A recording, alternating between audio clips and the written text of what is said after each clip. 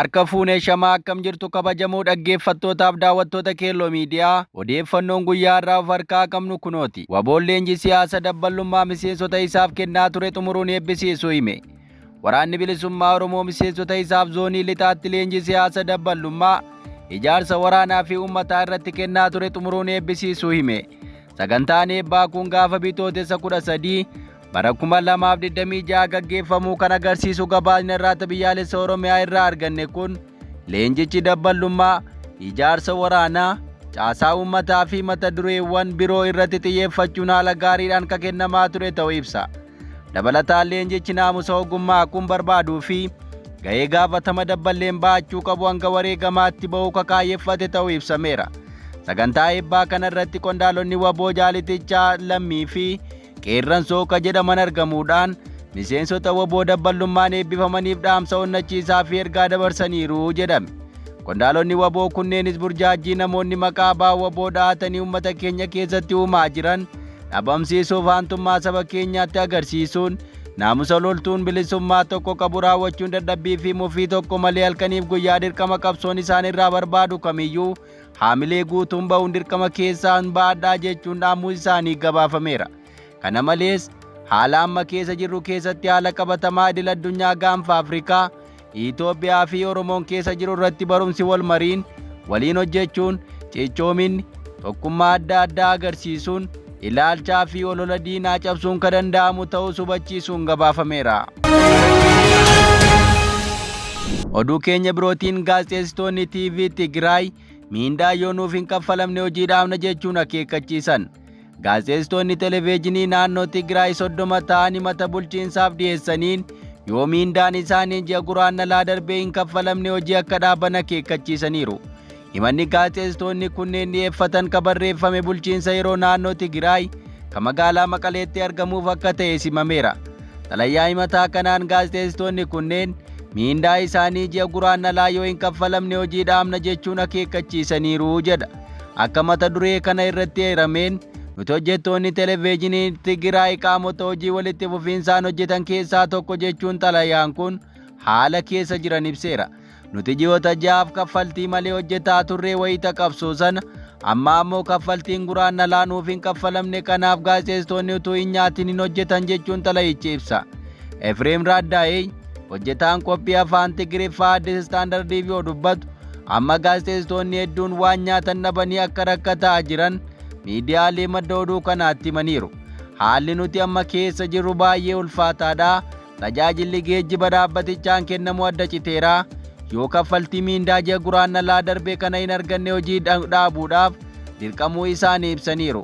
Hiluuf Kaasaay Gulaalaan qophii afaan Tigree gaazexeessitoonni rakkoo hanqina maallaqaa hamaa keessa akka turan himan. Yeroo hamaa keessa taanee wayita weerara sanallee hojii hojjetaa turre.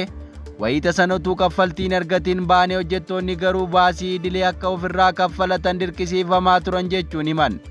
Wantaanee mulunee yaaduma wal fakkaatu kan himte yoo ta'u hojii keenyaan uummata gargaaruu itti fufnee jirra. Amma garuu haala kanaan itti fufuun baay'ee ulfaataa jira jedhe. Gaazexeessitoonni kunneen bitootessa 18 bulchiinsa yeroo Tigraay biraa deebii akka eegan ibsan. Yoo bulchiinsichi deebii hin kennine ta'e hojii dhaabna jechuun dhaadataniiru.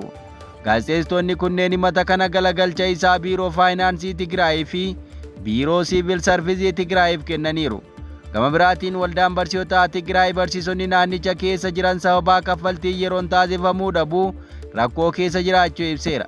Bitootessa 13 bara 2026 xalayyaa barreeffameen waldichi kaffaltiin guraandhalaa akka barsiisotaaf hin kaffalamne himeera. Kunis barsiisota dhiibbaa danuudhaaf saaxilaa jira jedhan.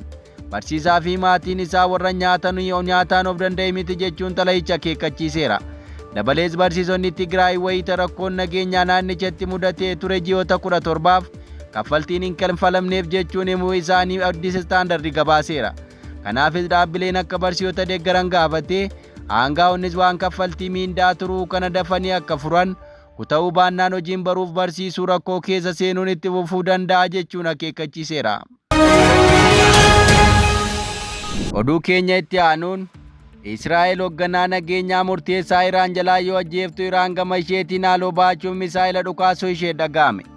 Baha giddu galeessaatti lolli waa'illan waliinii wa Israa'elii fi Ameerikaan waliin ta'uudhaan Iraan irratti banan itti fufeera. Lolaa deemaa jiruun Iraan hogganoota gamii dhabuun ishee mudateera. Ta'us biyyi qulfii lubbuu addunyaa kanaa taate jedhamaa jirtu Iraan ulaa Hormuuz cufuun boba'aan akka addunyaatti akka dhabamu taasisuu irratti argamti. Hanqina boba'aa guutuu addunyaa mudateenis gaaga'amni waraanaa naannichatti jalqabe qe'ee ilma namaa hundaa seenuu akka danda'u akeekeera. Kuta'ee ammallee Israa'el namoota ijoo Iraan qabdu adamsitee dhabamsiisuu jabeessiteetti. Akka kanaan Israa'el hoogganaa nageenyaa ijoo Iraan Alii Laarajaanii ajjeesuu beeksifte. Iraan ammoo haaloo kana haleellaa jabeessite. Gabaasaaleen akka jedhaa jiranitti waraanni Israa'el hoogganaa nageenyaa Iraan Alii Laarajaanii irratti haleellaa raawwachuun ajjeesuu ibseera. Qondaalli waraanaa Israa'el tokkoomni waraanaa isaanii barreessaa mana maree nageenyaa biyyaalessaa Iraan Alii Laarajaanii irratti haleellaa raawwachuu mirkaneessaniiru. Qondaalli olaanaan nageenyaa kun waggoota 6 garee milishaa Iraan waliin hidhata qabu hoogganaa ture jechuun Israa'el himti. Yoo xiqqaate miidiyaaleen Iraan 2 qondaalli nageenyaa olaanaa kana ilaalchise odeeffannoo jiru ibsuuf akka jiran eeraniiru. Ministeerri raayyaa ittisa biyyaa Israa'el Kaatiz Alii Laarajaaniin du'eeraa jedhaniiru. Hoogganaan olaanaan Iraan Ayyaatolaa Alii Kaameeniin otoo hin ajjeefamin dura dhimma Iraan murteessuuf nama kana bakka buusan himameera.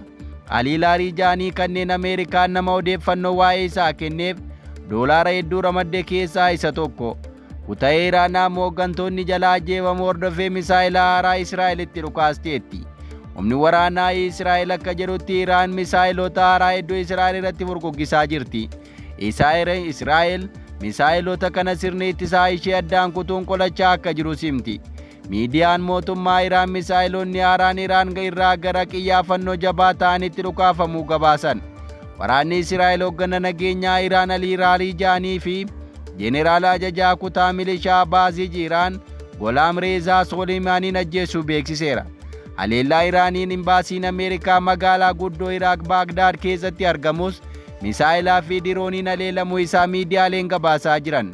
Erga waraanni kun jalqabee haleellaa cimaa Iraaq irratti raawwatame ta'uu maddeen wabeeffachuun Reuters gabaase. Namoonni ijaan argan akka jedhanitti yoo xiqqaate diroonii 3 gara imbaasichaatti qajeelan kan argan yoo ta'u, sirni ittisaa qilleensaa diroonii 2 yoo qolatu inni sadaffaan ammoo mooraa imbaasichaa haleeleera. Sana booda abiddaa fi aarri mooraa imbaasii irraa ba'u mul'ateera. Namni ijaan arge kabiraan ammoo magaalaa guddoo Iraaq keessatti dhoo'insa dhaga'uu isaa hime. Associated Press qondaalota Iraaq 2 wabeeffachuun akka gabaasetti ammoo dirooniin 4 imbaasicha irratti xiyyeeffatan sirna ittisaa qilleensaatiin kufaniiru. Haa ta'u malee caccabni diroonotaa akkanaa imbaasicha rukutee abidda kaasee jedhan. Gama biraatiin ammoo haleellaan qilleensaa mana mooraa pirezidaantii naannoo Aldajaardiyaad Baagdaad keessatti kan argamu dallaa cimaa qabu irratti xiyyeeffatee jedha. Haleellaan kun Baagdaad bakka gamoowwan mootummaa fi imbaasiiwwan biyyoota alaa jiranitti kan xiyyeeffate ta'uu himameera. Gabaasni kun itti dabaluudhaan haleellaa kana eenyu akka raawwateen beekamu jedhe. Gama biraatiin Reuters gareewwan hidhattootaa Iraaniin deeggaraman qabeenyaa Ameerikaa Iraaq keessa jiru irratti haleellaa raawwachaa akka turan gabaaseera. Egaan kabajamoo dhaggeeffattootaaf daawwattoota Keelloo Miidiyaa odeeffannoon of harkaa qabnu kan gammaa dhaggeeffattan ture. Qophii hafe waliin turtii gaarii.